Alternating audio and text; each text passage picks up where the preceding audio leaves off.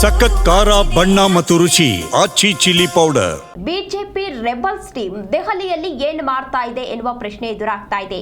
ರಣತಂತ್ರ ಏನು, ಯಾರ ಭೇಟಿಗಾಗಿ ರೆಬಲ್ಸ್ ಟೀಮ್ ಕಾಯ್ತಾ ಇದ್ದಾರೆ ಎನ್ನುವ ಪ್ರಶ್ನೆ ಎದುರಾಗ್ತಾ ಇದೆ. ಬಿಜೆಪಿ ರೆಬಲ್ಸ್ ಟೀಮ್ ದೆಹಲಿಯಲ್ಲಿ ಏನ್ ಮಾಡ್ತಾ ಇದೆ ಎನ್ನುವ ಪ್ರಶ್ನೆ ಎದುರಾಗ್ತಾ ಇದೆ.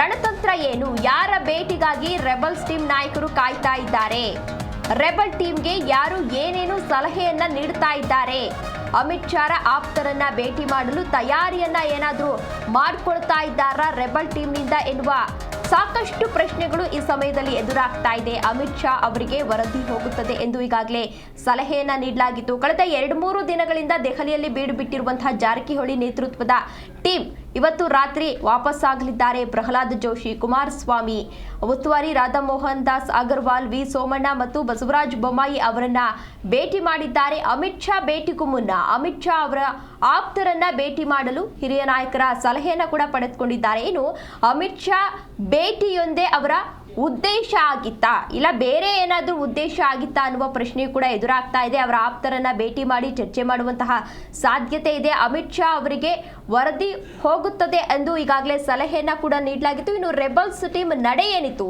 ಅದು ಸಾಕಷ್ಟು ಕುತೂಹಲವನ್ನ ಮೂಡಿಸ್ತಾ ಇದೆ. ಅಂದ್ರೆ ರಾಜ್ಯ ಬಿಜೆಪಿಯಲ್ಲಿ ಈಗಾಗಲೇ ಬಿಜೆಪಿ ರಾಜ್ಯಾಧ್ಯಕ್ಷರ ಬದಲಾವಣೆಯನ್ನ ಮಾಡಬೇಕು ಅನ್ನೋ ಕೂಗು ಪದೇ ಪದೇ ಕೇಳಿ ಬರ್ತಾ ಇತ್ತು. ಈ ವಿಚಾರಕ್ಕೆ ಸಂಬಂಧಪಟ್ಟಂತೆ ಸಾಕಷ್ಟು ಬಹಿರಂಗವಾಗಿ ಹೇಳಿಕೆಯನ್ನ ನೀಡ್ತಾ ಇದ್ರು. ಈ ಹಿಂದೆ ಒಂದು ಸಲ ಈ ವಿಚಾರ ಪ್ರಸ್ತಾಪ ಆದಾಗ, ಅಂದ್ರೆ ರಾಜ್ಯಾಧ್ಯಕ್ಷರ ಬದಲಾವಣೆಯನ್ನ ಮಾಡಬೇಕು ಅನ್ನೋ ಪ್ರಸ್ತಾಪ ಆದಾಗ ಹೈಕಮಾಂಡ್ ನಾಯಕರು ಈಗಾಗಲೇ ರಾಜ್ಯಕ್ಕೆ ಆಗಮಿಸಿ ಮಲ್ಲೇಶ್ವರಂನಲ್ಲಿರುವಂತಹ ಬಿಜೆಪಿ ಕಚೇರಿಯಲ್ಲಿ ಒಂದು ಸರಣಿ ಸಭೆಯನ್ನ ಮಾಡಿ ಈಗಾಗಲೇ ವಾರ್ನ್ ಅನ್ನ ಮಾಡಿದ್ರು.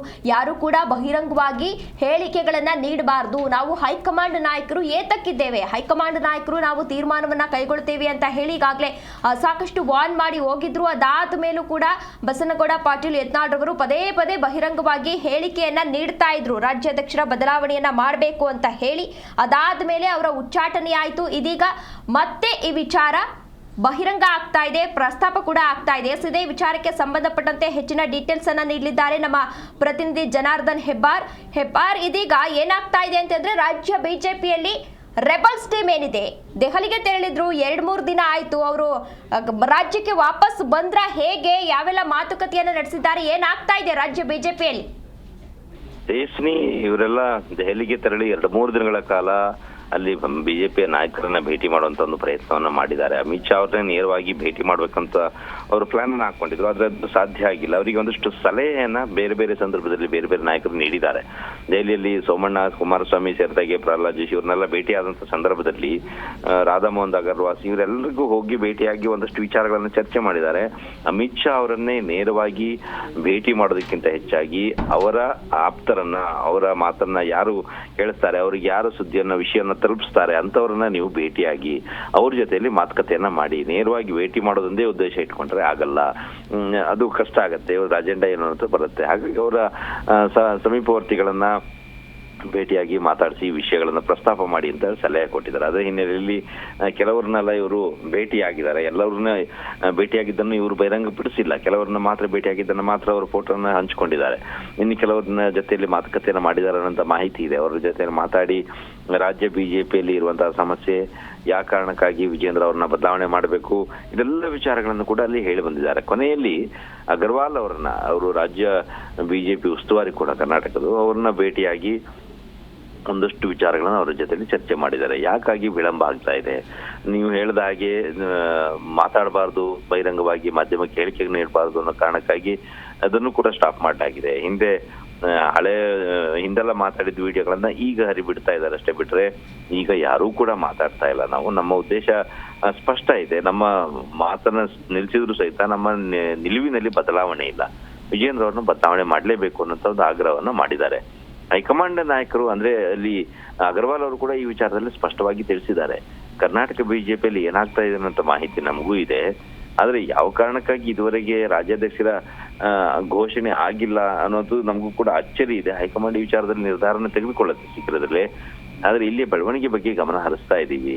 ಅಲ್ಲಿ ಯಡಿಯೂರಪ್ಪ ನಾಯಕ ಇದ್ದಾಗ ಆ ನಾಯಕತ್ವದ ಬೇರೆ, ಈಗ ವಿಜೇಂದ್ರ ಇದ್ದಾರೆ, ಇವರ ನಾಯಕತ್ವ ರೀತಿನೇ ಬೇರೆ. ಹಾಗೂ ಅವರು ಯಡಿಯೂರಪ್ಪನ ಮಗ ಅನ್ನೋ ಕಾರಣಕ್ಕಾಗಿ ಅವ್ರನ್ನೇ ನಂಬ್ಕೊಂಡು ಕುತ್ಕೊಂಡಿಲ್ಲ ಪಕ್ಷ ಅನ್ನೋದನ್ನು ಕೂಡ ಸ್ಪಷ್ಟವಾಗಿ ತಿಳಿಸಿದ್ದಾರೆ ರೆಬೆಲ್ ಟೀಮ್ನವರಿಗೆ.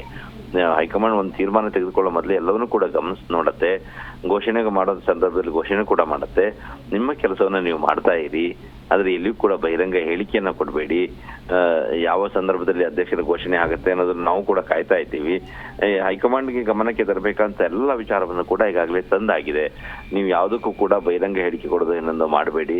ಎಲ್ಲವನ್ನೂ ಕೂಡ ಪಕ್ಷ ಒಂದು ಸಂದರ್ಭದಲ್ಲಿ ತೀರ್ಮಾನವನ್ನ ತೆಗೆದುಕೊಳ್ಳುತ್ತೆ. ಅಧ್ಯಕ್ಷರಾದವರೇ ಮುಖ್ಯಮಂತ್ರಿ ಆಗ್ತಾರೆ ಅನ್ನೋ ಒಂದು ಪರಿಪಾಠ ಏನು ಆ ರೀತಿಯ ಪದ್ಧತಿಯೇನು ಬಿಜೆಪಿಯಲ್ಲಿ ಇಲ್ಲ. ಮುಂದೆ ಚುನಾವಣೆಯಲ್ಲಿ ಗೆದ್ದ ನಂತರದಲ್ಲಿ ಮುಖ್ಯಮಂತ್ರಿಗಳು ಯಾರಾಗಬೇಕು ಅನ್ನೋದನ್ನ ಪಕ್ಷ ತೀರ್ಮಾನ ಮಾಡುತ್ತೆ. ಆ ಸಂದರ್ಭದಲ್ಲಿ ಶಾಸಕಾಂಗ ಸಭೆ ಮತ್ತೆ ದೆಹಲಿ ನಾಯಕರು ತೀರ್ಮಾನವನ್ನ ಮಾಡ್ತಾರೆ. ಈಗಲೂ ವಿಜೇಂದ್ರ ಅವರು ಅಧ್ಯಕ್ಷರಿದ್ದಾರೆ ಸದ್ಯಕ್ಕೆ ಅನ್ನೋ ಮಾತ್ರಕ್ಕೆ ಮುಂದಿನ ಚುನಾವಣೆಯಲ್ಲಿ ಆದ ನಂತರ ಅವರೇ ಮುಖ್ಯಮಂತ್ರಿಗಳು ಅನ್ನೋಂಥ ಒಂದು ಭ್ರಮೆ ಆತರ ಯೋಚನೆ ನಿಮಗೆ ಬೇಡ ಅನ್ನುವಂತಹ ಮಾತನ್ನು ಕೂಡ ಹೇಳಿ ಕಳಿಸಿದ್ದಾರೆ. ಹಾಗಾಗಿ ರೆಬೆಲ್ ಟೀಮ್ಗೆ ಈಗ ಸದ್ಯಕ್ಕೊಂದು ಸಮಾಧಾನದ ಸಂಗತಿ ಏನಂತಂದ್ರೆ ಹೈಕಮಾಂಡ್ ಗಮನದಲ್ಲಿ ಎಲ್ಲವೂ ಕೂಡ ಇದೆ, ಅದನ್ನ ಶೀಘ್ರದಲ್ಲೇ ಸರಿಪಡಿಸ್ತಾರೆ ಅನ್ನೋಂಥ ಒಂದು ಭರವಸೆ ಸಿಕ್ಕಿದೆ. ಆದ್ರೆ ಬದಲಾವಣೆ ಆಗತ್ತಾ ಇಲ್ವಾ ಅನ್ನೋದಕ್ಕೆ ಇದುವರೆಗೂ ಕೂಡ ಸ್ಪಷ್ಟತೆ ಸಿಕ್ಕಿಲ್ಲ. ಆ ವಿಚಾರವಾಗಿ ಇವರು ಏನೆಲ್ಲ ಸಾಧ್ಯವೋ ಅದೆಲ್ಲವನ್ನು ಕೂಡ ಹೋಗಿ ಒಂದು ಆಗ್ರಹವನ್ನ ಮಾಡಿ ಬಂದಿದ್ದಾರೆ. ಇವತ್ತು ರಾತ್ರಿ ದೆಹಲಿಯಿಂದ ಇವರೆಲ್ಲರೂ ಕೂಡ ಹೊರಟು ಬೆಂಗಳೂರಿಗೆ ಮತ್ತು ಬೇರೆ ವಿಭಾಗಕ್ಕೆ ತಲುಪಲಿಕ್ಕಿದ್ದಾರೆ, ಅವರ ಮನೆಗಳಿಗೆ ತಲುಪಲಿಕ್ಕಿದ್ದಾರೆ. ಆದ್ರೆ ರೆಬೆಲ್ಸ್ ಟೀಮ್ ಈ ಬಾರಿ ಹೆಚ್ಚಿನ ಒಂದು ಶ್ರಮವನ್ನ ಹಾಕಿ ಪ್ಲಾನ್ ಅನ್ನ ಮಾಡಿ ಒಂದಷ್ಟು ನಾಯಕರನ್ನ ಭೇಟಿಯಾಗಿ ಒಂದಷ್ಟು ವಿಷಯವನ್ನ ತಲುಪಿಸುವಂತ ಕೆಲಸವನ್ನ ಹೈಕಮಾಂಡ್ ತಲುಪಿಸುವಂತ ಕೆಲಸವನ್ನ ಮಾಡಿದ್ದಾರೆ. ಇವರಿಗೊಂದು ಹೋಪ್ ಸಿಕ್ಕಿದೆ. ಈಗ ಹೈಕಮಾಂಡ್ ಶೀಘ್ರದಲ್ಲಿ ಒಂದು ನಿರ್ಧಾರ ತೆಗೆದುಕೊಳ್ಳುತ್ತೆ. ಇವರು ಅಂದುಕೊಂಡ ಹಾಗೇನೆ ರಾಜ್ಯಾಧ್ಯಕ್ಷರ ಬದಲಾವಣೆನೂ ಕೂಡ ಆಗತ್ತೆ ಅನ್ನುವಂತ ಒಂದು ನಿರೀಕ್ಷೆಯಲ್ಲಿ ಈ ರೆಬೆಲ್ಸ್ ಟೀಮ್ನವರು ಇದ್ದಾರೆ.